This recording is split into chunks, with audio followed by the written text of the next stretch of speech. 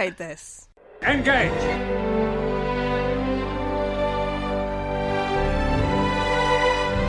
Tea Earl Grey, hot. There are times, sir, when men of good conscience cannot blindly follow orders.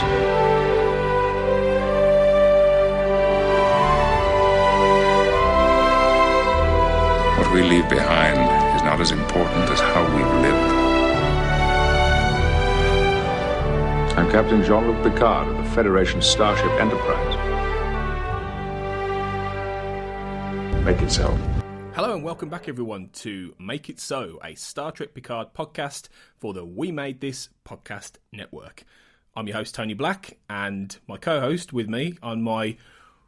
Which side did Riker sit on the Enterprise? Was he on the right or the left? He was on the right, wasn't he? He was on the right. If Picard's looking at the screen, he's on the right because Troy's on the left, isn't she? There we go. And you're definitely not Troy. I mean, you know... Well, you called me a dog 2 weeks ago. It was a sign of affection. It was a sign of affection. So yeah, to my right is my number one, Kurt North. How are you? I'm not bad. We're bravely getting through these two storms that we're having at the moment, aren't we? So it's as weekly or daily and hourly flood alerts and things. So it's not the best of times. You know, we've got, you know, where I live, we said we had back in 2005 we had one of the worst floods that we've ever had. Now, it hasn't ever got to that level, but that was meant to be a 1 in 1,000 or 1 in 100 years event, and we've had maybe 4 events since then, and that's 15 years. So yeah, so it's not nice. I might need to come off planet and go be a refugee or something. Well, I mean, you know, I would have said that, you know, because I'm smack bang in the middle of the UK, and I would have said, oh, it's grim up north, but it's not just up north. This stuff. My wife is, as we speak, recovering from a hen do in Brighton, and it's been crazy weather down there. Like, so it doesn't matter where you are in the UK, we're being hit by Storm Dennis, by Storm Kira (brackets Nerys), and we're under the cosh. And I would say, and this is where it ties into what we're talking about today, Kurt, I would say it's probably some level of climate change effects we're seeing today. Yeah, because I'm not talking like today or last week. We're talking, you know, events that's happened over the past 15 years, aren't we? So it's not. Yeah. You know, it's. I mean, in 2005. I mean, I'm lucky because I'm near a river, but nowhere near a floodplain or anything. But you know, I've seen places now where, you know, they've been flooded 3 or 4 times, and you know, in my first 25 years of living, that never happened. So in the last 15, it's happened 3 or 4 times. So you know, I know it's only anecdotal, but you know, it definitely feels like something's happening anyway. Yeah, and the same can certainly be applied to what we're talking about today. So we've gathered forces to break from talking about the episodes of Star Trek Picard's first season to talk about some of the ancillary material, which we've obviously done previously with the 3 Countdown comics, which told part of the story of Admiral Picard and Raffi on the USS Verity before the Mars attack and helping the refugees from Romulus as the Romulan sun is going supernova. But that story is very much continued in Una McCormack's Star Trek Picard novel, The Last Best Hope, which we're going to chew through today. And we're going to do this in 2 ways. So we're aware that we're recording this just under a week since it was released, and we've both read this now. We got it on day of release, and we're aware that not everyone maybe is ready as quickly, and when we're putting this out, it's going to be about a week. So you may not have read this. So we're going to start with a non-spoiler discussion. We're going to talk generally about the kind of things the book is doing and what we thought of it, and in terms of the writing and the plotting and how it connects to Picard and the Star Trek universe. And then we're going to say, okay, this is your point. This is your point to disembark. This is your point to go on shore leave, go and read The Last Best Hope on Riser, come back, and we'll do a spoiler chat, and we're going to go through all the things in The Last Best Hope that we've read that link to Picard, and do some theorising about how they might tie into the show and what they mean for the backstory and things like that. So let's start with the safe zone, not the neutral zone, the safe zone with the non-spoilers, and talk about The Last Best Hope. So firstly, Kurt, then you've read the book, I've read the book. What did you think about it in general? What did it do it for you? Was it a good experience? What did you take from it? I've mentioned a couple of times that I've not been within the Star Trek universe, especially, I think I mentioned this on Twitter, that the only real ancillary things that I ever have read or done or played is things like the Matrix game and Animatrix and things like that. So I'm coming from this from a pretty fresh perspective. That the only book that I've read other than this one is Death in Winter, which was a post-Nemesis book. And the reason for that is because I was pining. Pine? Chris Pine? Yeah. Very good, very good. For a new Star Trek, and at that time we didn't have any, so I needed something to peg that hole. I know. So that's all I've actually ever read of Star Trek, really. I might have seen a few bits, a couple of Titan series. I might have read a couple of paragraphs and stuff. But this book has definitely done a lot of, not necessarily filling the gaps, but giving us a wealth of information with a lot of things that really tie in well with the way that Picard's running, and gives you a great kind of great story and great depth. That's what I felt with this book. It's not afraid of being a complicated book in the way that the events that happen in the book are convoluted, and there's a lot of things going on. There's a lot of spinning wheels, effectively, and they all link in some way. But there's reasons why, it links in with the show, and the way that it does that kind of gives it a lot more emphasis than I was actually expecting. I thought it was just going to be maybe like the comic, maybe not necessarily a single event, but maybe something that happened before that would be kind of just an insular story that we just look at. It's a nice read and then go with it. But I found that this is quite rich and a really good read. The only thing I would say from not a necessarily negative point of view, because I did read this book in one day because of the randomness of my life, but and it might be just me being tired. I did feel that the kind of the last part of the book was dragging a little bit for me, and I'm sure we'll get into that in the spoiler review. Yeah, I think we will talk about that. I think I can see what you mean, but I think it's an interesting book because, like you say, Death in Winter is a good example of something that then leads. It was sort of the part of the soft sort of relaunch into what became the post-Nemesis novels, and I mean that they are legion, and they were for many years the headcanon for many fans after Nemesis. What happened to the Star Trek universe, spanning, I don't exactly know how long, but a good 10 or more years. And Una McCormack, who wrote this, was involved, along with Dayton Ward, David Mack, all of the writers, Keith DeCandido, all the writers who have contributed to Star Trek over the years and have written novels, essentially created their own post-Nemesis universe, and it was detailed and it was fascinating, and it brought back all the characters from all the different shows and created new ones, and it is incredibly rewarding to read. I haven't read all of it, but it is truly expansive and fantastic.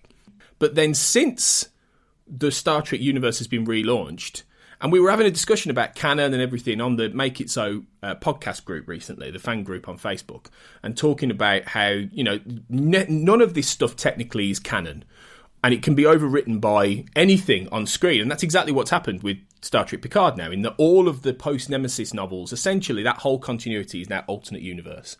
And it's still great. It can still be really enjoyed as a separate continuity, but it is a separate continuity because this comes in and it's doing a completely different thing. But when Discovery came in and they started doing tie novels to that, like you said, Kurt, it was always particular events from people's lives. So you would have a mission from Lorca's past, or you would have how Burnham and Giorgio came together, and met and things like that, and or Saru in the past and all this kind of thing. So it takes a particular moment and expands on it.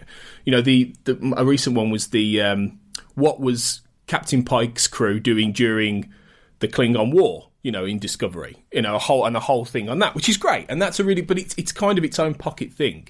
The difference with The Last Best Hope is that while it isn't canon, I think it's one of the closest books I've read, a tie-in book to the canonical stuff we see on screen, I think I've read, in terms of how it is intentionally being developed and devised to feed in to things we're seeing on screen.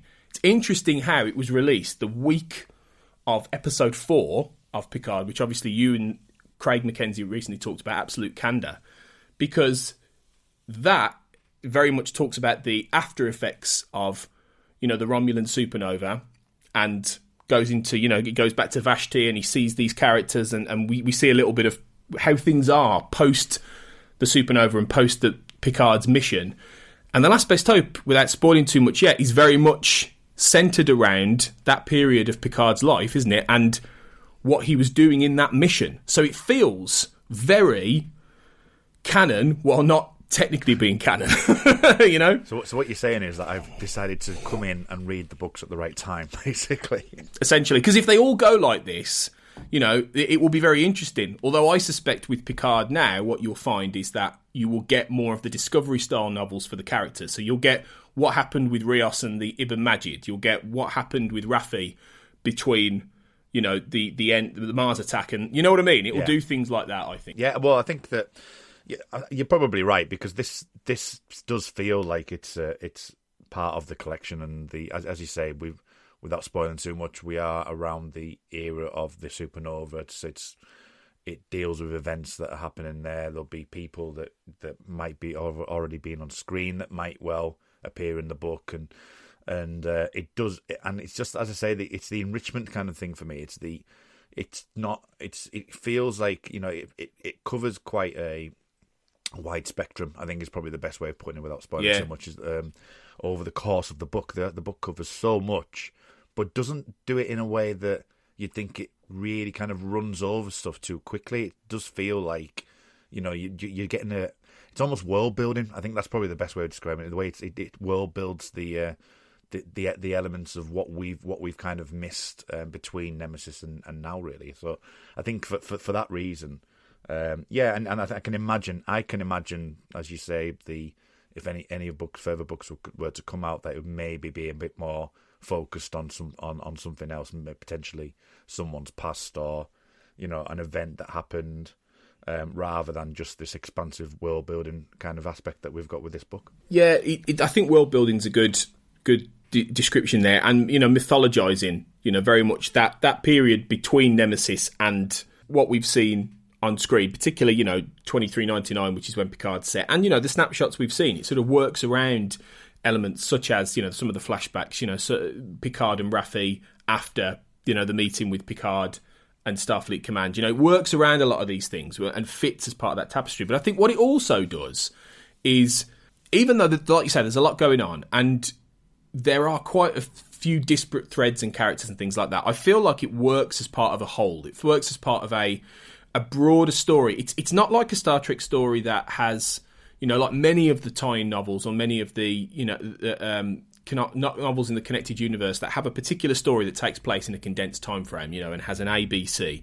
This is more about the expansive picture of Starfleet. It just happens to have, and the Alpha Quadrant and the Beta Quadrant, and it just happens to have Picard and his mission to save Romulan lives as the centre point of it, really. But I think it does a good job of staying thematically consistent at the same time, as well as being, a lot of plot points and linking to the show and all these kind of things. Yeah, and I think it in some ways it plays out as almost not necessarily a memoir, but it plays out in a very structured way. In that it looks at events as not necessarily as they happen, but there's a few times when it does go and it's looking back, but then it's in the time which is based, and a couple of elements like that, and it uses quite a few Admiral logs and the like, which really help to kind of keep it almost in that Star Trek vein of like you're going from A to B to C.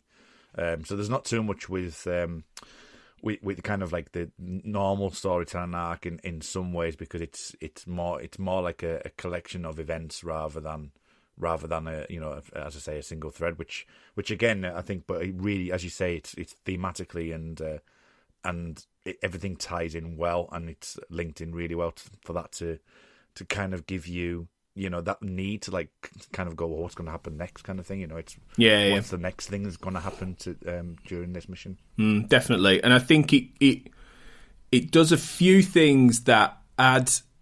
I think if you've watched the show first, it adds some deeper context to some of the things you've actually seen in Picard as well, which I think is really interesting, and something I haven't seen many books like this do. It feels like with Picard, they've really made an effort to try and use the additional media, the time material, to be part of a broader picture, in a way, like, you mentioned like the Matrix and the Animatrix and things like that. I mean, that was 20 years ago, but they were trying to do stuff like that then, and did it fairly well as well.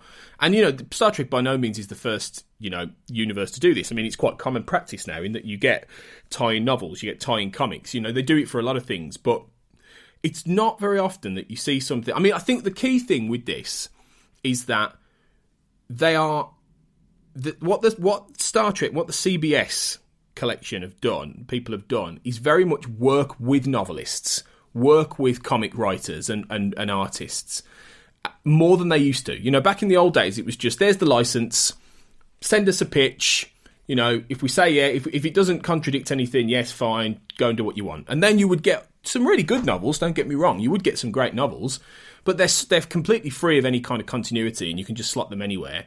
But then you'd also get some really rubbish ones, to be honest. And you get ones that were so disposable that you thought, what was the point, really? But now, the fact that, and I've been to things like Destination Star Trek and I've seen Una McCormack and James Swallow and some of these guys talk about the process, and they are, I think we've talked about this a little bit on the show before, but they are absolutely in contact with Kirsten Beyer and, people like that. And I think she's mainly their key contact there. But they're swapping ideas. They're involved. There's overlap. I mean, classically, they named the character of number 1 in Discovery, Una, after Una McCormack. So there's a lot of overflow and a lot of shared ideas, and things are feeding into the novels from the writers of the show, and equally things are feeding into the show from the novelists, which is unique, I think. Well, you've only got to look at the acknowledgement at the back. It says, "My heartfelt thanks to Kirsten Beyer for her friendship and making this project such a joy to work from start to finish. It's a privilege serving with you." So, there's that. And I can imagine, when you see these crime show investigations, when they've got, and we've seen it in X-Files and all kinds of shows where you've got threads on a map where you've got like sort of the red string being tied round to like link everything together, that you can imagine that they've got some form of that, whether it be digital or massive wall plan of where people are going to be, focusing on. Where's the comic going to be? Where's the book going to be focused on? What events do we want to leave for the TV show? And that, for me, I mean, you mentioned about the Make It So Facebook group. There's been quite an interesting discussion on there, and it's something that I wanted to bring up, and I think it's probably a good time now with it, while being its spoilerish, is that one of the big things that was mentioned in that group was people don't want to see, and I would be in this camp pre this, but you don't want to have what happened in Countdown 09, where you've got the backstory of what's he called? I can't remember. Nero. The back story of Nero out off screen. Now, I wasn't even aware of that until recently. So I will look into that in a bit more detail. But I wasn't aware of that. It hasn't spoiled to Star Trek 09 for me, but it has for other people because they're aware of it. So I think there's a fine line between having things that help. I'll use that word again, world building, which will help the show, but it's that fine line of having the TV as its own entity as well. And I think that's been the big conversation on that Facebook group, is where's that line? How far do you go on a show to make it too structured or too on the nose? It's just it almost feels it doesn't feel humble enough, or it doesn't feel I don't know what the word would be, but kind of it just seems like it's just a story element that's thrown up there in the air and doesn't really mean anything to anyone, but you have to read the book to understand it. Or is there that element of that everything sort of just builds into the TV show, but the TV show is the main focus? That's the real good fine line they need to do. Yeah, you're absolutely right. And I'm in two minds about this sometimes, in that I was the one who started the conversation about the canon, because I was curious as to whether or not we can still class Spock's actions during in the aftermath of the supernova as canon, as something that fits with Picard. Because I was convinced that he'd mentioned the Hobart supernova, which has now essentially just disappeared from canon, and it turns out I was wrong with a few things, and people very politely corrected me and said, "Oh, actually, no, there isn't that." So there's every indication I think it might that have been a person called Kurt North, and I'm not sure. It could have been. Yeah. Could have been. I've never heard of it. To be fair, I did look just Google the script and just check to make sure it was right. But you're right, and that's great though, because like we've said before, we don't know everything, and sometimes things do get mixed up and stuff like that. But I was curious because I thought, does it mean that it fits? And even though I'm not obsessed about canon, I do like continuity in this universe. I've got more of a thing with it in Star Trek than anything else. Weirdly, I don't quite know why that is. Maybe it's because it's like a foundational thing for me. Star Trek. It's one of the things I love most in the world, and I think I want to see it all sort of flow in and make sense. And I think with Spock. And the issue with that was that Countdown, I for a long time wanted that to be canon in a way, because it's demonstrably not now, because Picard is an ambassador to Vulcan, Data's alive and he's in charge of the Enterprise, but what that comic did was essentially to describe that the Enterprise 24th century crew were the ones who built the jellyfish that Spock then uses to use the red matter and save everything. And it suggests that the shockwave is like going to destroy the galaxy, and Spock is very much there to stop it. Now, I think the thing with that is that you didn't need to know where the jellyfish came from in Star Trek 09. It didn't really matter. Spock just had a ship, he did it, and it was gone. So I don't think that being canon necessarily was something you had to know to understand, to enjoy Star Trek 09. So I think things like that are fine, but equally overriding it, I mean, if they'd have come to Picard thinking, okay, well, Countdown's got to be canon, so Picard's got to be an ambassador to Vulcan, Data's got to have been still alive in B4 and come back and things like, do you know what I mean? They would have been restrained by that, and they wouldn't have been able to tell this story in the same way. So I completely understand why they would come in and start Picard from a completely different point, and arguably a much more interesting point. I would absolutely think what the things they've done so far are far more interesting than had you been slavish to Countdown, a comic that not everyone will have read. So I do understand the point there. While I do like these tie-in novels, and in my head, The Last Best Hope, everything in The Last Best Hope is canon, until otherwise contradicted. While I love that, I appreciate why they go out of their way to say, it's not canon. Anything can be changed. Do you know what I mean? Yeah, they need that escape hatch, don't they, really? But I do get what you're saying with the with Star Trek, because both of us are X-Files and Star Trek fans, so both of us love those two shows, and probably equally, or if you favour one, it's minuscule. But they're both very different shows, where X-Files I can deal with not having a canon-esque because of the type of show that it is, the kind of conspiratorial story that's in play, the kind of feeling that you've got different point of views, that it's quite ambiguous. But Star Trek's very much more of a not absolute, but it's very much grounded in the world. And I always explain to those people, I know there are still some people out there that like this, what Star Wars and Star Trek are. Where Star Wars is a long time ago in a galaxy far, far away, which is a fantasy thing, but Star Trek is real life in the future. So I think that grounding of Star Trek is the reason why canon is so important. Now, you mentioned, that it is important to me and it is important to you, but I'm not as finicky as some people can be, but at the same time, I still need to honor it. And I know we've had this discussion before, but, there has to be that level of groundness that, to make it authentic enough that it needs to have a consistent through line, really. And yes, they'll make mistakes. We mentioned recently on the this most recent one with the Romulans and cyberneticists, and a throwaway line in Defector on Star Trek Next Generation where he says there's Romulan cyberneticists and stuff, but that's one line out of thousands of hours of Star Trek. So fair enough. But when it comes to big story elements, then I think they need to be tread very carefully. But this book does a really, really good job of, like, as you say, weaving in and out of stories parts within both the TV show and the book. Yeah, absolutely. And I also think it's very well written. I think Una McCormack's one of the better. I mean, they're all pretty good, but she's one of the better writers, I think, in terms of the novels, because she has more of a classical grounding, I think, in a lot of what she does. And obviously, Star Trek isn't the only thing she writes, But there is, and I remember I've talked to Duncan Barrett about this because he knows Una as well, and he's recorded with her before, and we've discussed her novels. And I think he said to me that there is just a little bit of something different about the way she writes. She just brings a little bit more of a deftness to it, I think, an actual sort of a level of classical enrichment, and I think you get that, and I think it fits with Picard very well. Actually, I think it fits the tone and the style of the universe, and the kind of character he is. So I think it was very engaging.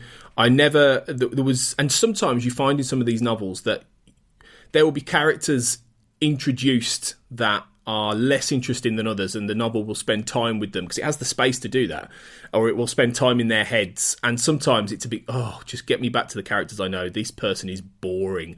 But it does happen.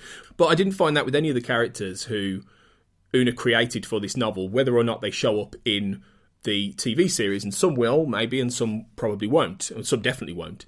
But I never found them dull. I never found them uninteresting. They all fed into the broader storyline, and we'll talk about some of them in a minute. But yeah, I was engaged all the way through, and I read the last, at least the last half of the book, maybe the last 200 pages in one evening sitting, really, because I was just like, I need to see what happens next. And you don't always get that. So I think it's a really, really good piece of work, and it's one of the stronger tie novels of recent years, this. So I would recommend anyone buy it. I would say, and because we'll get into spoilers now, and we'll talk a little bit about that, but I would say anyone who's listening to this and they haven't bought it, or they're on the fence, pick it up, especially if you're enjoying Picard, because you will read this and you will then see things and you'll read things and you'll be like, okay, it ties in. And it's just a really enriching, rewarding read, and it characterises Picard really well, and I think it will really add to your experience. So grab it, definitely. Yes, I agree with everything he says. Always, not just for this, but always. No, yeah. That's how it works. Number one, exactly. I have to follow your orders, whether I don't like them or not.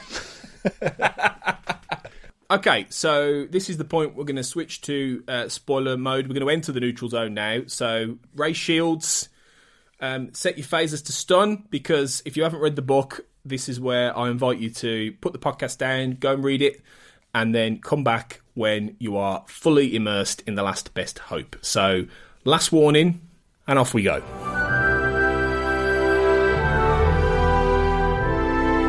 Should have said engage then, really, shouldn't I? Should have. But it's too late. It's too late now. Moment's gone. So, spoilers then, Kurt. Yes. Bruce Maddox is in this book! Yes! Bruce Maddox is in this Let's book. start with that.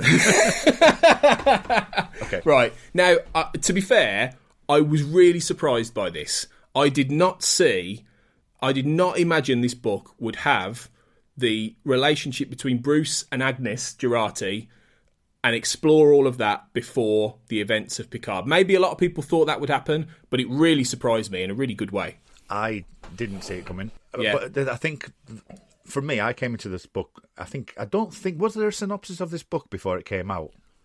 No, it was just, all we knew was that it was going to revolve around the mission, Picard's mission, but there was almost nothing said about it. It was just going to sketch in the years, so we knew nothing. Right, yeah. okay, because I was wondering to myself, has this been like a synopsis of, Picard goes on, this journey with the Romulan star and things like that, but I wasn't sure if it was included. But so I wasn't sure where we were going to be, where we were going to start and stuff. But having the Maddox thing was quite interesting, because it's whether or not this feeds into the TV show or not. Because I know that Maddox, we're looking for Maddox, whether or not we do find Maddox or we find out he's dead or whatever.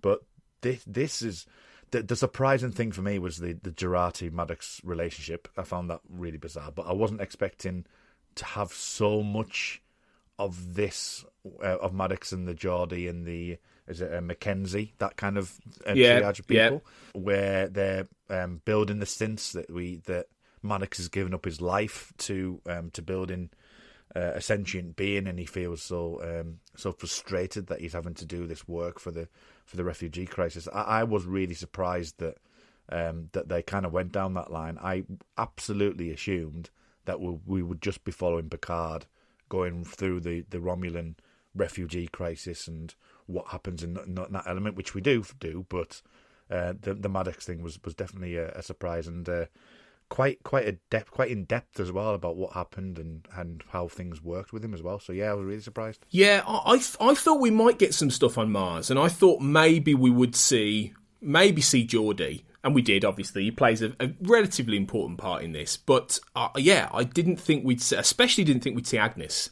You know, I was really surprised at that. But it was really good because what obviously it's done, it's established that they had a sexual relationship. They weren't just, you know, she in the show has not suggested anything like that. She was just, he disappeared after the Mars attack. She was his protege. And, you know, given he's known to be an egotist, and this is something that he's very much keen in this book, you know, he doesn't want to give his work up, because the whole thing is once they find the supernovas going off in a few years, Starfleet has to essentially change its entire mission parameters, and loads of people have to sacrifice things in order to build this fleet. And he doesn't want to do it. You know, he's very much recalcitrant. He's very much reluctant. He thinks he's on a quest to create life. You know, he's a true, like, almost egotistical mad scientist, Maddox. That's what he is in this book, and he's somebody who, or he will be a mad scientist in the making, and he's somebody who absolutely is buoyed by his own self-belief, and to the point that he's in contrast to Geordi, who Geordi is very much, you know, he's Geordi ultimately. He doesn't put himself first, so, you know, you see the contrast. But Agnes is, you know, the ingenue who is completely swept up by Bruce. She believes in his genius and all this kind of thing. It's a classic sort of story, really. The impressionable young woman falling for the, you know, brilliant older man. But I think watching it now, and particularly I thought about how, because, you know, a few people have mentioned that she does a bit of flirting with Rios in Absolute Candor. And I'm thinking, you know, is there a little bit of Agnes here that likes, she's a little bit like flirty, even though she's geeky flirty, you know what I mean? And I think she likes an older man, clearly, because Rios is older than her, obviously. Not necessarily by a lot, but because she's got to be, because she meets Maddox, it's nearly 20 years. So she's young, she's got to be getting on for 40 now, Agnes. She's got to be, or late 30s. So, you know, but I came out of it thinking about her differently, and I'm already suspicious of her. You know, we've talked about this before. You've heard about it. I already think there's more going on with Agnes than she lets on. But this made it even more key for me, and I think. But it doesn't give away what Maddox has done, does it? It suggests what he's going to do. It suggests that he's got this idea, the positronic neuron, but it doesn't.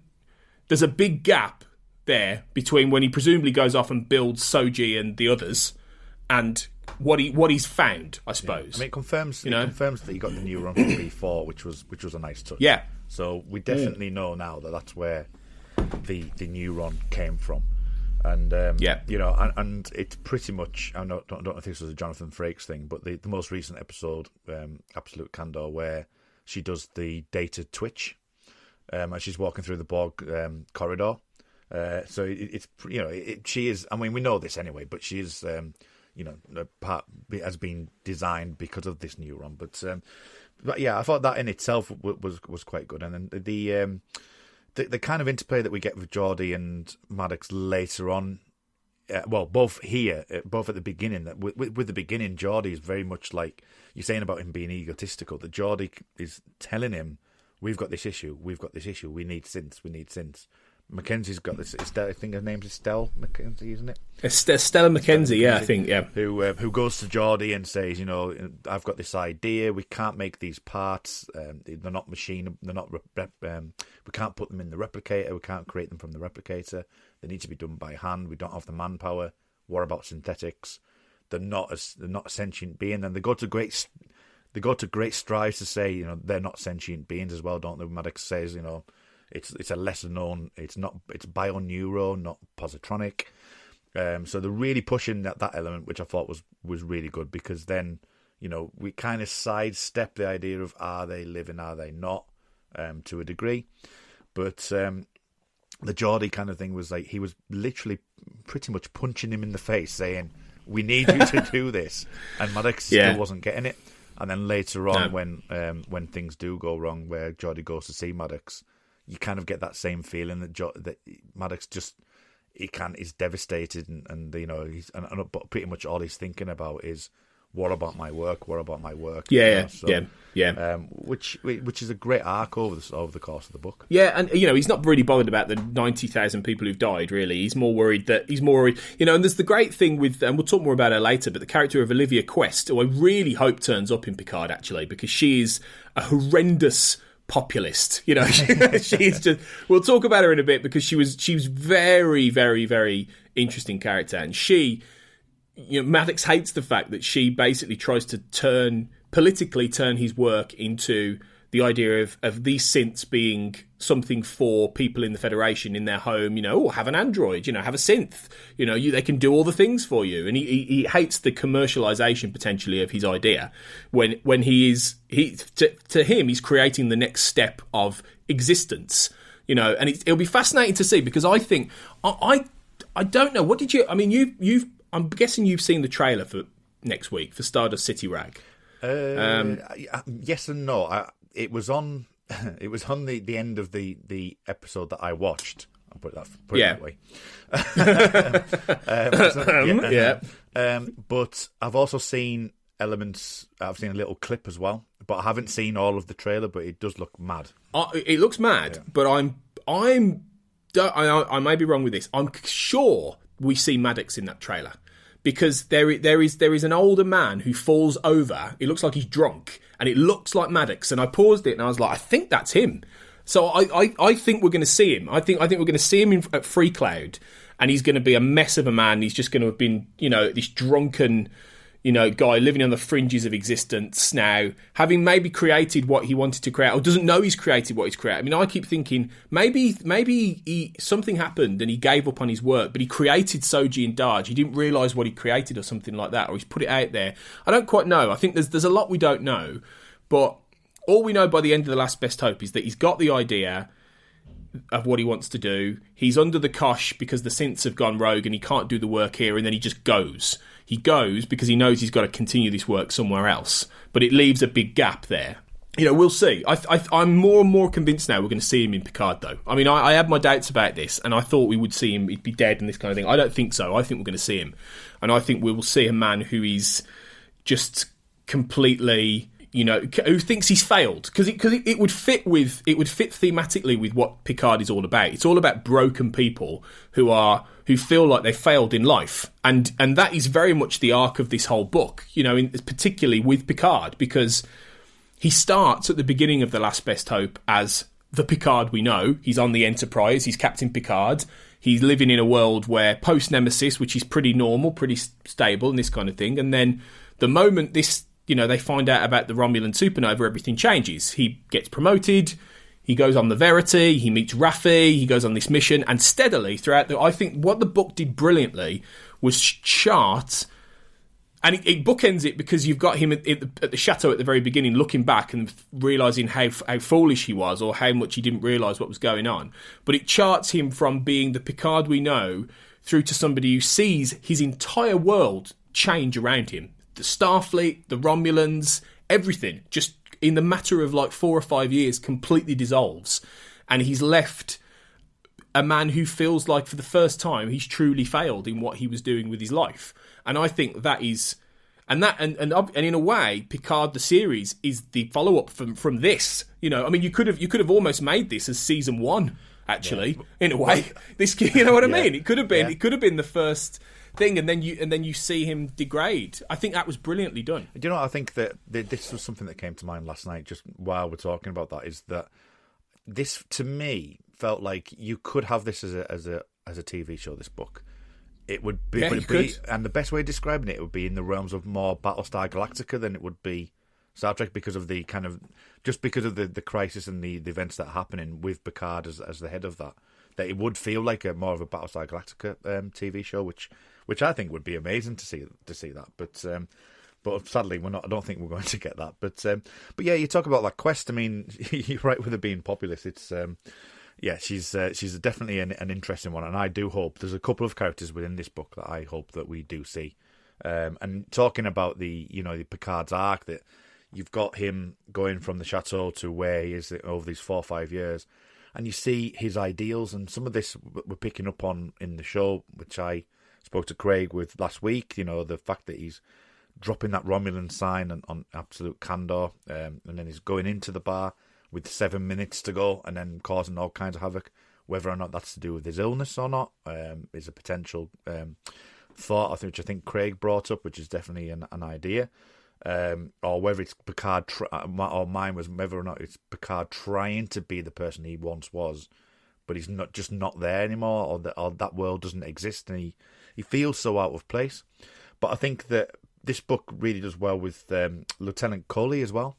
That Coley's kind of like the Picard of old, and she's the one that stands up for ideals and actually does leave before Picard does, and it's almost like a mirror of that in some ways as well. Yeah, Coley Jocan is the Bajoran officer on the Verity who is she's very useful, isn't she? In many ways, Raffi's a bit more.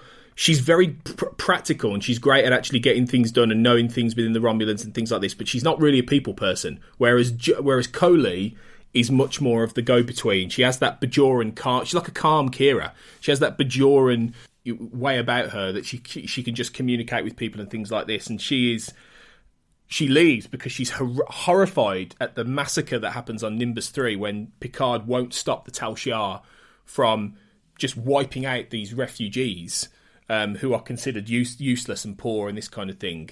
And she doesn't feel that Picard goes far enough. And it's a brilliant little moral dilemma because, a lot of people are saying, and I was on Picard's side, and I don't know what he could have done differently. He was trying to prevent more people being killed, preventing maybe a civil war or complete, Starfleet officers as well being murdered and things like this.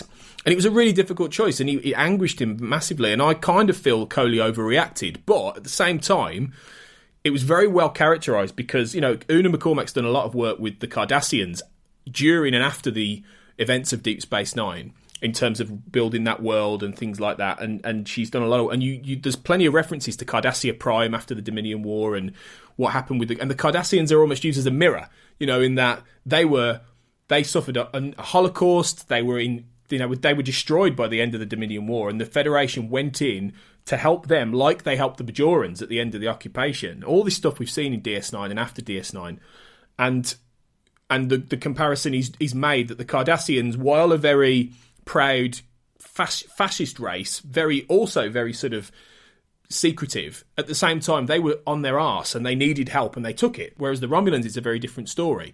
They are far more insular and concerned about giving anything away and letting the Federation help them in any way, and full of all this propaganda and all these lies.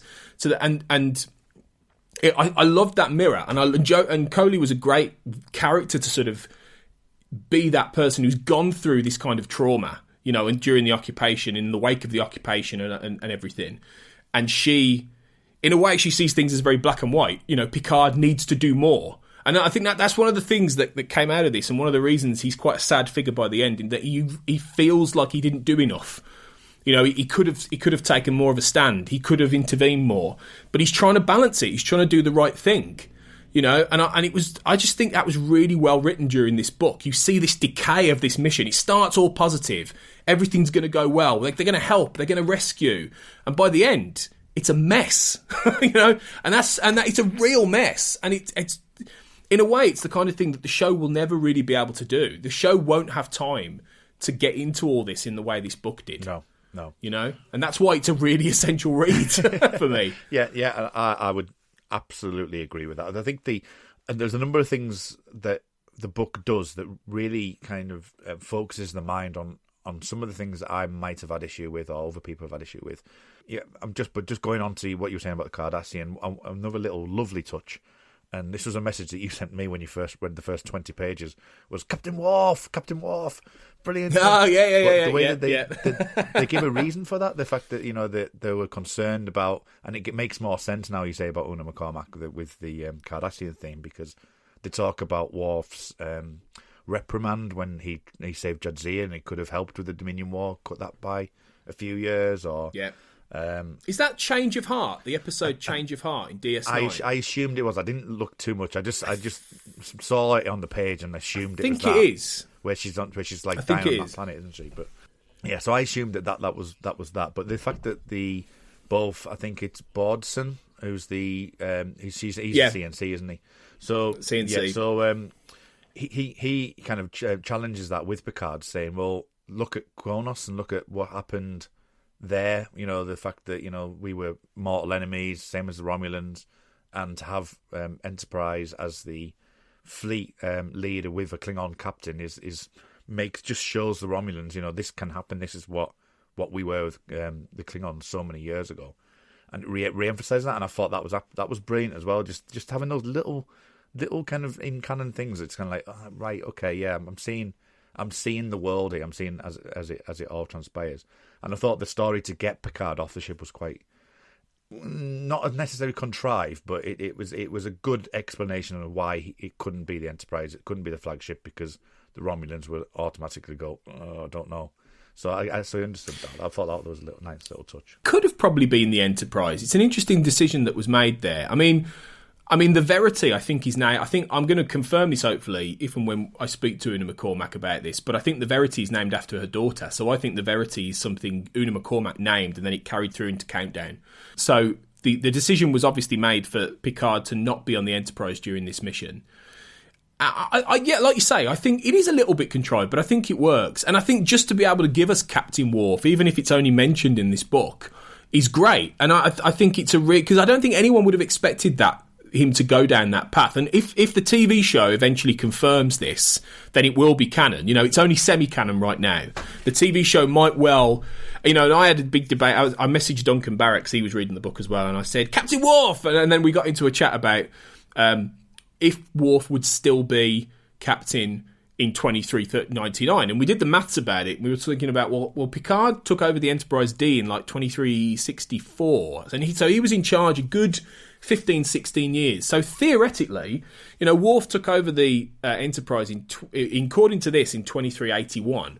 So it was a bit of a stretch, but he could, in theory, still be in command nearly 20 years later. Possibly. It's probably quite unlikely, but it's possible. But everyone imagined Worf would probably go off and be an ambassador to the Klingon Empire, or he'd be, on Kronos, or he'd be, you know what I mean? He'd be doing something a bit more like that as he got older. So him to be captain of the Enterprise, and potentially, I mean, God, there's a whole set of novels in the Captain Worf adventures on Enterprise, Yeah.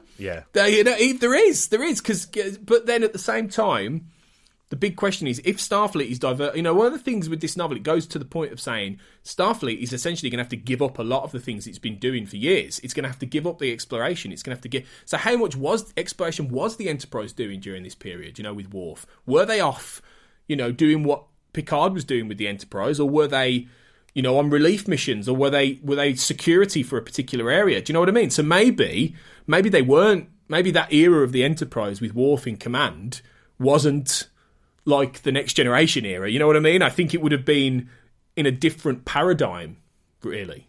But it's exciting to think that he's the captain of that ship for some point, and I really want them to confirm it in show. I really do. Just imagine it when it comes on the show, just like, yeah, okay, fine, yeah, thank you. Because surely Worf is going to be in Picard at some point. It's got a second season. I think it makes a world of sense for Worf to show up when it's appropriate, really. So, we'll find out then. But yeah, it's good. I thought, what did you think about the Starfleet sort of top brass? Because I think this book goes some way to actually making Clancy more likeable, actually. Yeah, I mean, she starts off as micromanaging, and so they say, don't they, where she's bringing Corley on, but Corley kind of is her own person, and it's the reaction of the other people rather than anyone else. And it's like, oh, she's micromanaging again, so it gives you that idea. She's captain in this one, obviously, but she again, especially towards the end when she's having to deal with the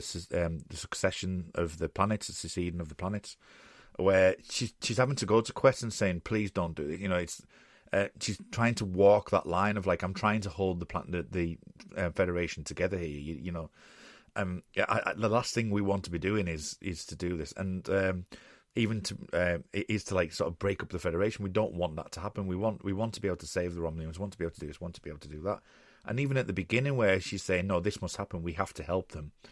It really does. I mean, it just goes to show though that, as I say, I mean, you can again watch the TV show and think, oh, she's just an old hag who's not helping Picard, even though that he is asking quite a lot. But Yeah, But he is. then you've got like all this beginning part where she's actually trying to help him and stuff like that. So yeah, she's. I think her character is really done really well in this episode, in this book. When you watched her in Maps and Legends, she's the bad guy in that scene. You know, everyone's rooting for Picard, and then everyone afterwards stopped and thought, well, actually, yeah, he did go in there a bit like, yeah, I'll just have a ship. You know, I don't mind being demoted. I've not been here for 15 years, but yeah, he just went in assuming that they would help him, and you know, she then gets the bad guy because she's, you know, the sheer fucking hubris and all this kind of thing. But you know, The Last Best Hope does show his hubris. You know, he did. You know, he went into that mission thinking that he would do it. And the book really brings him down to earth in many ways. You know, he's never arrogant or cocky. You know, he's a good man with a great mindset, and he really wants to help. And he's very much a hero all the way through. But at the same time, he does realise that one thing with the book does, and this is where I liked Clancy more by the end, and presumably we'll see her again in Picard at some point, and I will be more sympathetic to her because she's actually just a Starfleet officer thinking of the big picture. This is something that Picard can't do, or he learns over the course of this book that he's not as good at as he might have thought he was. He is very much fixed on, we need to save these people. We need to save these lives. Doesn't matter. All these politics doesn't matter. We're on a mission. We have to do it. And Clancy is there going, well, actually, we have got to think about Olivia Quest, who is, you know, from a very sort of border world on the Federation, Estelin, and she very much rises on this train of populism, saying, you know, Romulan space for Romulan people, and you know, not quite xenophobic outwardly, but there is this hint that she doesn't like Romulan, she doesn't want Romulan refugees, and the Federation needs to start looking after its own, which obviously is very much in line with the kind of populists we're seeing today, with people like Nigel Farage and people in government, let alone him. Do you know, she's very, I mean, she's, and I thought of Emma Thompson in Years and Years, the BBC One show. I don't know if anyone's watched that, or if you've watched that, but she plays a character in that who's a populist who rises on a wave of this kind of stuff. So there's lots of these things in TV right now and in books, and Clancy has to think of people like her who have an agenda, who basically she's in it partly for her own power, but also in order to stymie this effort, this Romulan effort to help them because of mistrust, because of fear. And Clancy's aware of this. So Clancy's not the bad guy. Clancy's the one in the middle. Clancy's the one who's having to say, look, Picard, we have to think about this. We have to think about how this affects everybody. You know, the effect it has on the Federation citizens who are being asked to put their lives on hold, or are not getting the resources, who are not, you know, seeing this bold new future. And a lot of them are going, well, why should we help them? They've hated us for centuries. They've been the enemy for centuries. They've been behind a wall for centuries. Why help them now? And I thought that was great. I thought that was, and Clancy was the perfect character to sort of, exemplify that difficult point that Picard just doesn't see, and he won't see, because we have to save lives. Yeah. And even though, yes, he's right, he's also wrong. Yeah, well, you know? Picard seems to be, the way I see Picard at the moment is that he's always been this, and I think this is one of the reasons why I'm loving this show so much at the moment, is that he's seen as, in the TNG era, you know, up to, I'd say, Insurrection, because Nemesis doesn't really touch on it, but up to Insurrection, where he's this ideal man that, you know, he's the arbiter of the Klingon Empire, that he's this, this head figure that always does right, who's knows what his story is, he knows what he needs to do. And, you know, it wasn't like that in the 90s, but there was this, you know, the TV shows didn't display that. So the fact that they're using Picard's character against him, yes, has its issues, like I mentioned in the episode just gone here, where it just feels like it's all contrived just to get him angry at the moment and to, you know, make him have this ideal thing and have this conversation, which seems so out of touch with everything going on around him. But then you've got all these characters around him, like Clancy, like you said with Clancy, where she's having to juggle. But even Quest is like, you're saying about this populism thing that, you know, she does the whole Bill Gates thing with every computer in a home, every synthetic in a home.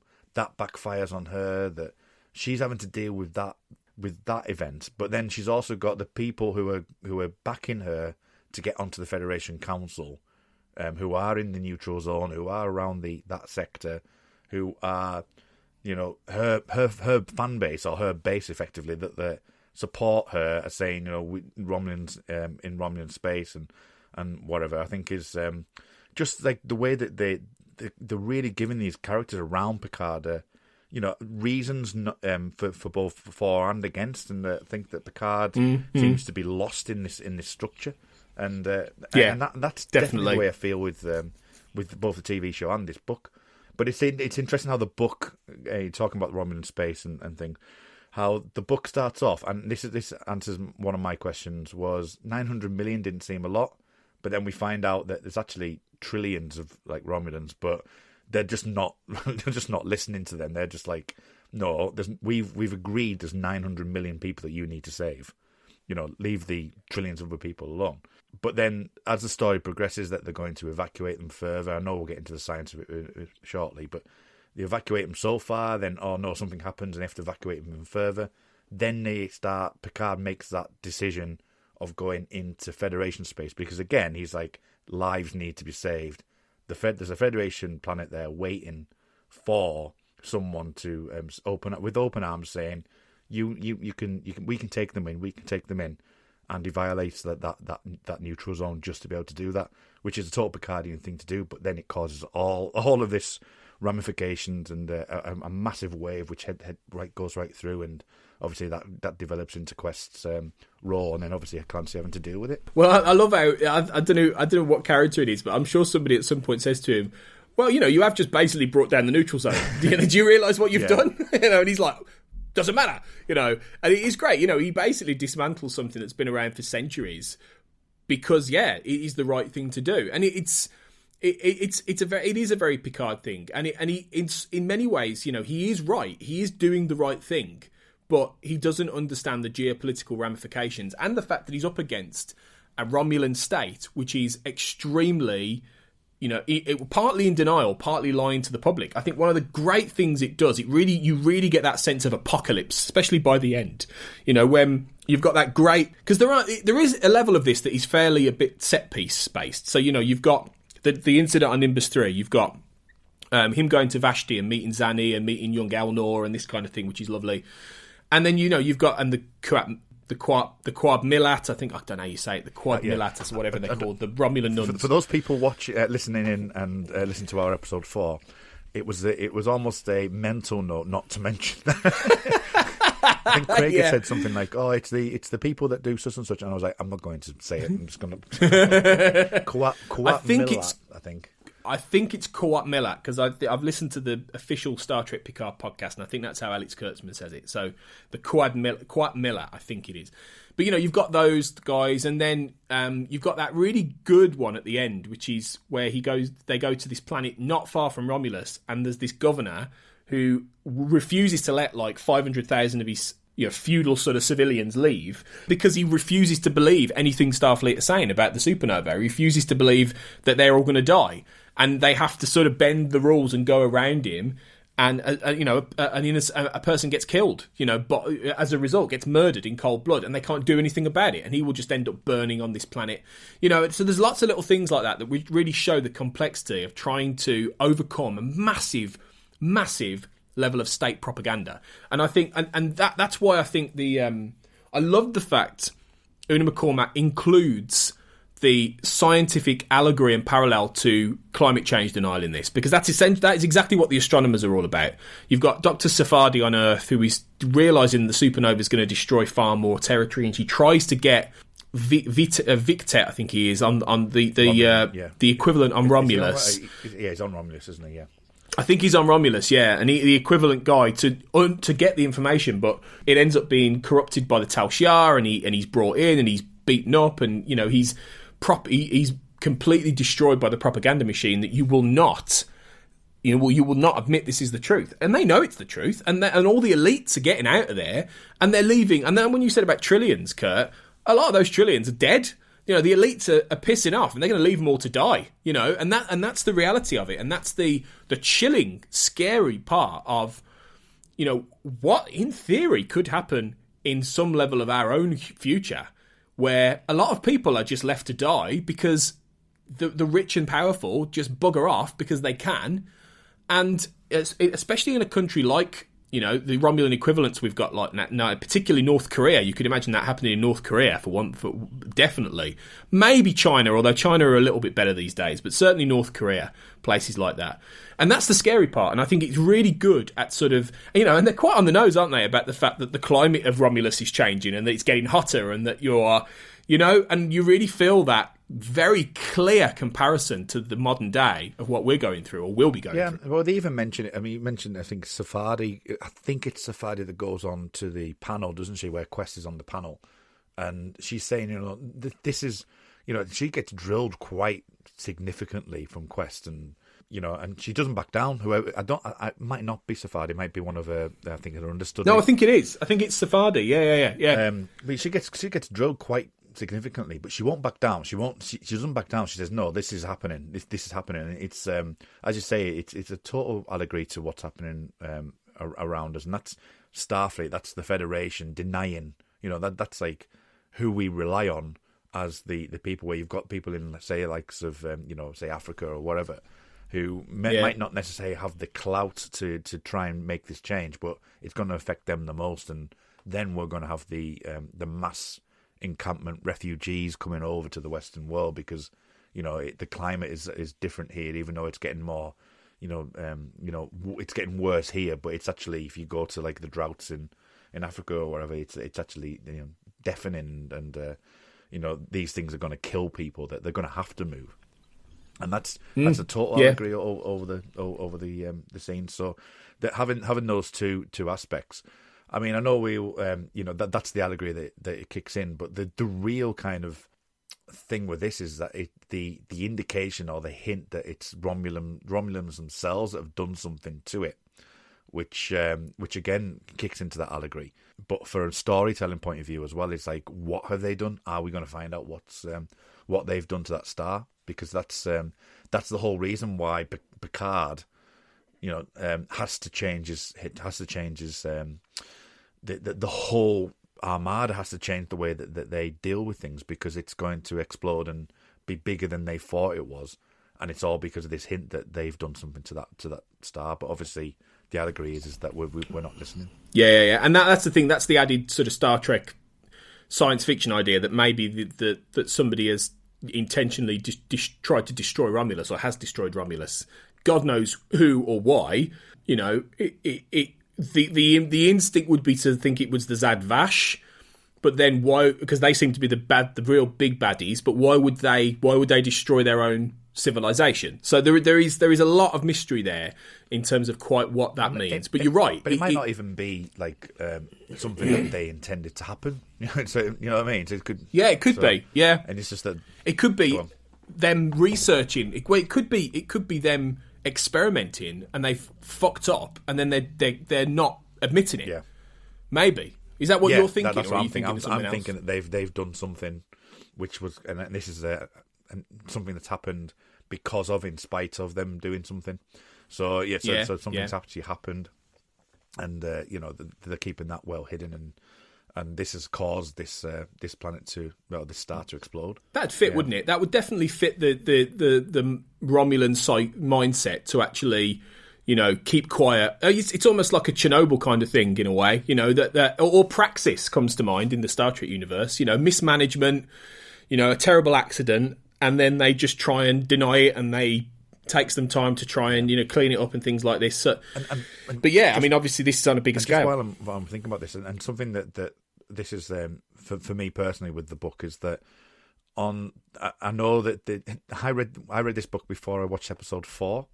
So the Vashti and the Kwalat Milat, I'll try and say it. Yeah. And all that. It was really interesting because it was difficult for me to do last episode because I knew so much more about them than I did without watching things. But this is where the little elements of reading a book and when watching a TV show come into play. So regards to what we're talking about right now is that it's a senator that talks to Picard, and the fact that it's a senator because all of the senators have left, all of the high officials have left. They've left all of the civilians to rot and die in a horrible way.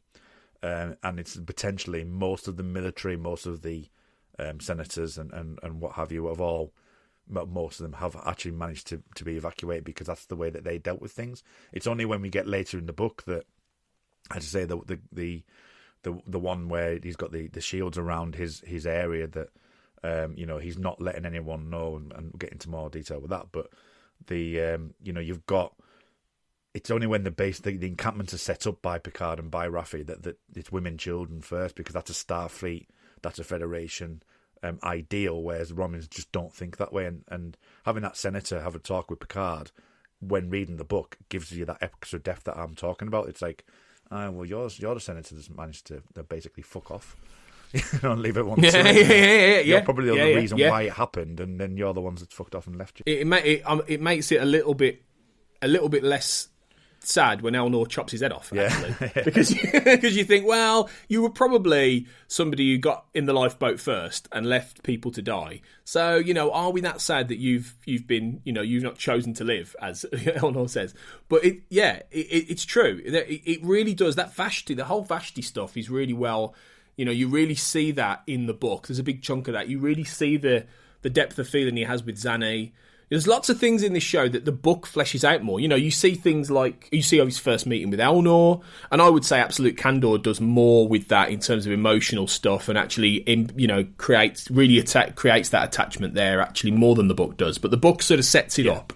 The book does more with Zane, which I thought was interesting. And then, so when you watch Absolute Candor, you're going to be thinking, oh, well, they've got a real good relationship. But then you also see how he meets Raffi and how they come together and how that relationship builds, and the first time she calls him JL and all these things. And that's stuff that we didn't really get in the Countdown comic. By the Countdown comic, it was towards the end of the mission. It was when he meets Laris and Jiban, it's very much towards the end of this, so it sort of fits in just before the Mars attack, essentially. So just before he goes back to Vashti, which is where he hears about Mars. Presumably he met Laris and Jiban just before that. But you see him meet Raffi right at the beginning, and you see how their bond develops and how essential she becomes to him in a different way. And I thought, and it's great. It really is good. You don't have to, I suspect that you will. And one thing, Raffi's got a husband and a son. I mean, this is my theory now for the next episode. I think she's going to Free Cloud to find her son, because her son will be in his early 30s by this point, late 20s. So I think he's on Free Cloud somewhere. So she's going to try and reconnect with Gabe, her son. That's my theory. Because she leaves them behind, and he's only a little boy, and she's so devoted to the mission and to Picard that it destroys her marriage. So, and that goes back to the end of the beginning, where she emotionally talks about how much she's lost, and she cuts off just before she mentions more. And that's what she's talking about. She's talking about her son and her husband, but the show hasn't confirmed it yet. But I think it will. I think we will meet her son in the show. Yeah, I thought you would. Just the way that they've set that up, that she seems to be on a separate mission. She's the one that's saying, I'm only going to Free Cloud because it's a lift, effectively. I'm not here on your quest. She's on her own quest, and now, reading about the fact that she can get to the football games, she can get to. She said she was only going away for 6 months, didn't she? And that the events have transpired that she says, no, I've got to be here. This is really important, and it all goes back to this theme of of breakdown of character, really, and and broken people. And I feel like they're definitely building a story with her, and I can't see them not dealing with Gabe, and not potentially maybe the husband, but definitely Gabe. Over the next I think more the son. Yeah. I don't know about her husband, but I think we'll definitely see her son at some point. But, we'll see. But, I mean, there's just so much in this book, so many things it adds, so much texture to it. Before we sign off, is there anything else you can think of that we haven't discussed in terms of spoilers or things that link to the show that we haven't picked up on here? I think off the top of your head, the things with Suvin, with the Romulans, just as a kind of breakdown of the way that the Romulan culture was, that Suvin was a senator who was on the ship, and he wanted certain things done certain ways, and that they ended up on. You mentioned Nimbus 3, but there's the other one, isn't there? It was Antair, I think it was. I think that's what it was called. Yeah. Where they actually and this goes to what happens at Vashti, where they go to a planet, but the planet that they've been given are effectively a jailhouse or an encampment, like the African encampments, South African encampments. So very much in the style of what District 9 did with that. That's the kind of image that I'm getting in my head that, and Picard really at the beginning, when he first starts this mission, says, it's not about getting them off planet. It's about getting them off planet and getting the aid that they need and getting them onto an area where they can survive, but survive in the way that they're used to, not just being an encampment slave. So those number of events that kick in over the course of it, that Suvim mentions that, and that he refuses to go on, he refuses to go down to that planet, and the ramifications of Picard are just another thing that wears him down. Other than that, so Beverly's mentioned obviously on Enterprise. Well, so I was going to bring Bev up. There's a couple of things. Bev looks like she's still on the Enterprise. When at the end of Nemesis, it seemed like she was going off to Starfleet Medical. So I don't know whether that changed or whether that was just delayed or whether she stayed on the Enterprise. But the suggestion is that she's still on the ship. Geordi obviously leaves to go and run Utopia Planitia. Worf's in charge. Worf, presumably comes back, because he's only sort of temporarily there, isn't he, when he pops up. Riker and Troy have gone. Nemesis, of course, the deleted scenes of Nemesis do suggest that Wesley Crusher is back in Starfleet as well. So maybe Wesley would be back on the Enterprise with his mum, possibly. I mean, I'm hoping we'll see Wes at some point because Will Wheaton's doing the Ready Room show. So I reckon we'll see Wesley Crusher at some point. Maybe when we see Bev in the show. Maybe that's a future season. But yeah, I liked that little scene. And there was a little hint, wasn't there, of the romance that never was between these two. And this seems to suggest that that's never happened. That people were wondering, weren't they, whether him and Bev maybe got together after Nemesis and things like this. But I don't think so. Yeah, I don't think so. Well, I even suggested that there maybe be a strange, but according to this, he's on the Enterprise with her. So, and she's waiting for him to ask. Yeah. For him to say, come with us, and he doesn't have the guts to do that. But I think the final thing I would potentially, the only thing I've just looked through my notes there would be Geordie, because I can't have an episode without talking about Geordie. I've got one more. Should we save Geordie just to the last one? Yeah. Right. One more. Spock, yes. Because we do briefly see Spock in this book, don't we? He's leaving. Well, there's two things. The first thing and this shows how out of touch Picard is, because he says to Starfleet, well, why don't we get Spock to sort of advocate for us to the Romulans? And they go, they think he's a nutcase. Like, they think he's crazy. Like, they're worried about, like, the supernova and, all these things and wars, and he just wants to reunite with Voyager. And I thought, wow, that is really interesting that Spock has got to a point where he's actually this quite fringe figure in Romulan political society, that I feel like Spock is thinking maybe 200 years ahead. That this is something that will happen way in the future, and that Spock is so far thinking ahead in terms of reunification and peace that he's so out of touch now. And I thought that was fascinating. And then when you see him leaving Romulus with a few of his people, and that's the point where Picard goes, well, they're really fucked now if Spock's off, basically, isn't it? That's basically what he thinks, isn't it? You know? It is, yeah. I thought that was interesting. That was an interesting way of bringing Spock in, I thought. Yeah. Very briefly. Well, yeah, it's Raffi that says it. I've got the page at the moment, actually. So, Raffi, that's it. Yeah. She says, where have I got it? Spock. Yeah, actually, pretty much verbatim, you just said exactly what it said. Spock, they think he's a nutcase. And then it's basically, she says, reunification of Romulus and Vulcan. Hey, when I was a kid, I wanted a unicorn with wings. I didn't get one. I didn't even get a damn pony. So. That's it, isn't it? That sums it up. Yeah, definitely. But yeah, so I thought it was nice to touch base with Spock, because I think because of the countdown, because of all 9. Not necessarily the comic, but even the film. The film's touching on this Romulus star. So the fact that we do get to see Spock disappearing, and this again, it still leaves it open for this red matter to come into play if they wanted to. Definitely, because it hasn't gone supernova that's yet. 2 years. That's 2 years later than this. So that 28/385 this finishes, and Spock, according to the roughly, it's about 2387 when he drops the red matter. So yeah, he could still definitely come back. You're absolutely right, and do that in the jellyfish, wherever that comes from. But maybe that's what Geordie does. Now, maybe Geordie helps him build the jellyfish, after all this.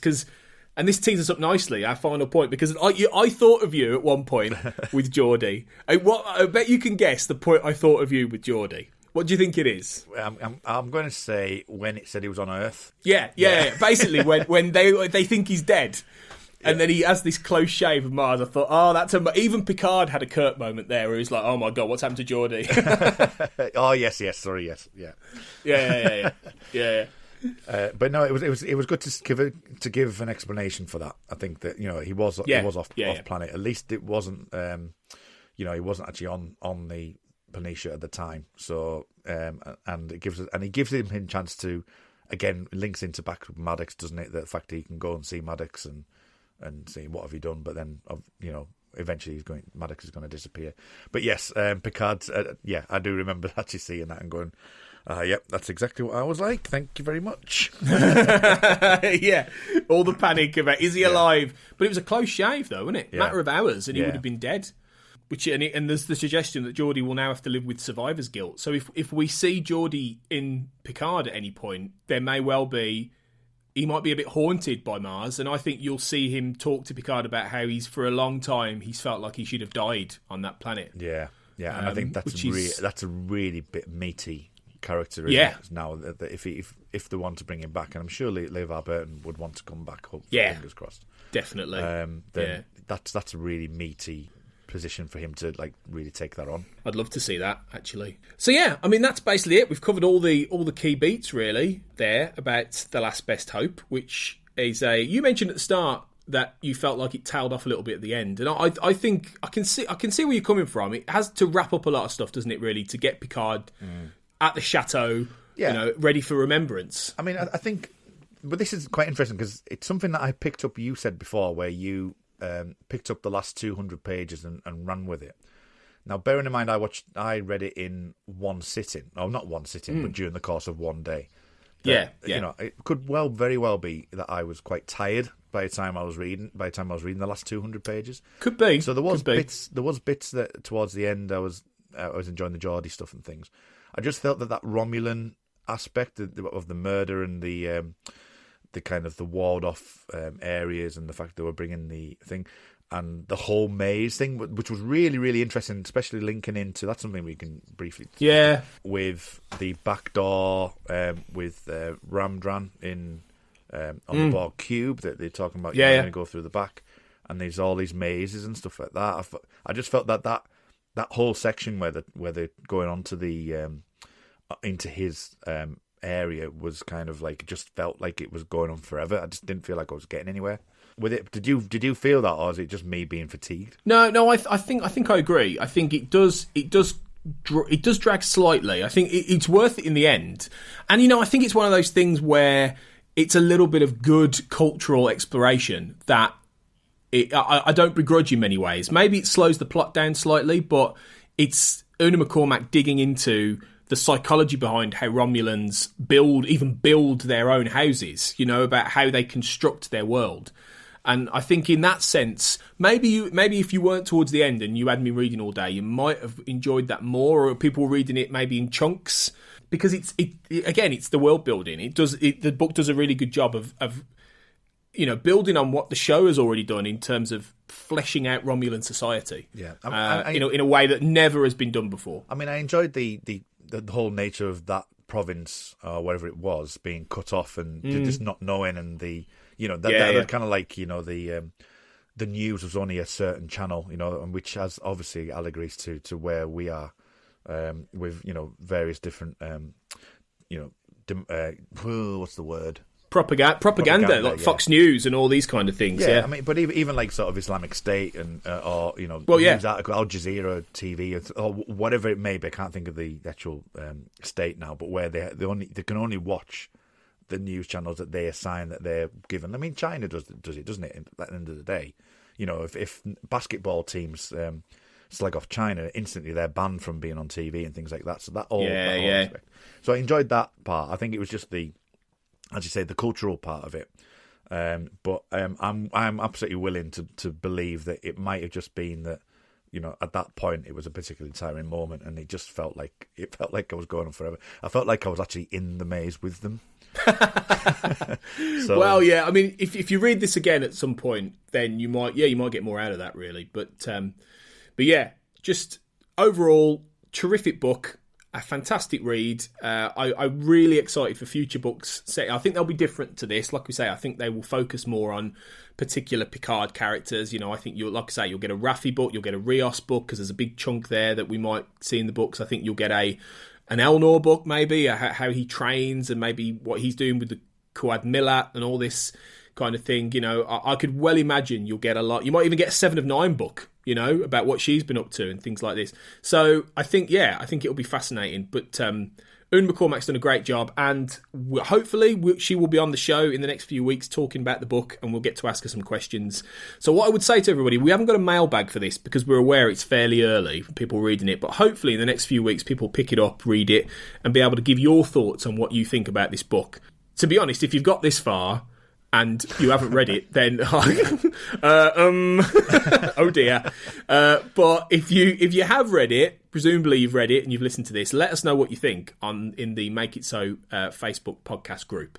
And then we will read some of that out to Una as well, and any questions you've got, which hopefully if she's on the show, all these things are always subject to change, they're always subject to people's schedules, so if she wasn't on the show, it's one of those things, but we're hoping she will be, so let's assume she is. So any feedback you have, you want to tell Una, or any questions you've got, put it in the group. Basically, we'll have a thread on there that you can do that. But it's been really great to chew through this. There's loads to talk about. It's a really good book. So I'm back for the next one, Stardust City Rag, next week with a new guest, and then you'll be back for the untitled episode 6, Kurt, I think. After that, and we'll see what happens there. Maybe that's when Riker and Troy are going to pop up. Hopefully, who knows? Hopefully, I did say in the last episode I'm hoping it's in the next 90 minutes, so that would be perfect. So. I remember you saying that. Yeah. Cool. So you can catch me on Twitter at AJ Blackwriter if you want a little bit more of what I'm up to. Kurt, where can people find you online? Yeah, find me on Twitter at rmuldrake, RMULDRAKE, and currently pick up a podcast, which there'll be an episode coming out around this time of this being released as well. So at pick up a podcast if you want some more stuff with me. So that's probably the best place to find me at the moment. Thanks to everyone who's reviewed and rated the show on iTunes, on Apple Podcasts. Please do keep doing that. If you're on there, give us a rating and a review and let us know what you think about the show. Join the Facebook group because it's kicking off now. There's loads of good people in there, and we've got some really fun Trek discussions going on, so make sure you do that, and make sure you follow us on Twitter at Jean-Luc Picard as well. And yeah, we're obviously part of the We Made This Podcast Network, and we're going to give you a little bit of a snapshot of what's coming up or what else you can find on the network. But yeah, we'll be back very soon for more adventures with Jean-Luc Picard. But until then, set a course number 1 and engage. Previously on the We Made This Network. Pick a disc. It is such an exquisite body of work, just like start to finish. It's 14 tracks, and they're all just majestic. I don't know how else would you explain it, really? In my life, I feel like I'm currently having some sort of pop quarter life crisis. Where I have just, for as long as I can remember, I've listened to like sad indie songs and like indie folk and straight for, a lot of country, that kind of stuff, just sad stuff. And I'm turning 25 on Sunday, and something in me has switched, and I'm like, I need to listen to pop, like loads of it. I need to blast pop in my ears until I'm completely sick of it. You won't forget me. And I guess this is the whole thing about her appeal, and that I say in the book quite a lot. I talk a little bit about the fact that these are the two actors that Brown is most associated with, being Crawford and Garbo. But Garbo was kind of the thoroughbred, as it were, and Crawford was the with not being pejorative, but the kind of cash cow. She's the one that actually is bringing in the box office for MGM, for the American box office, and that's what I think is interesting, that she can appeal, especially in a film like Possessed. She can have the very glamorous, sleek look, but she can also appeal to the ordinary people going in the Depression era to the movies and identifying with her. So she has that kind of appeal that is expressed through her acting and through the characters, but also through her looks. The giddy carousel of pop. Yeah, I mean, it's not what you would expect from a band that would be considered a punk band. They're not giving it all that, are they? See that performance again. He's just the kind of cartoon sort of punk that was made for Smash Hits in some ways, and Smash Hits readers. But I think, Top of the Pops, talking about Top of the Pops, I mean, their favourites seem to be Sham 69, so they were always on. So a particular kind of punk was obviously acceptable at the BBC. When I looked at the lyrics, I'd not realised before, it's a song about Elvis having a fight with John Lennon, isn't it? To see who's the best, who's the king rocker. And that passed me by. So, like you say, not a very punk thing maybe to sing about, really. No, it's not singing about anarchy. Check out all of these shows on the We Made This podcast network. Make It So, a Star Trek Picard podcast, was created and is produced and hosted by Tony Black and Kurt North. You can find the show on Twitter at Jean-Luc Picard and on Facebook in the Make It So, a Star Trek podcast fan group discussion group. Check out the We Made This network at We Made This Pod on Twitter and on Facebook by typing in We Made This, and you can find all of our shows on our website www.wemadethispod.com. Thanks for listening.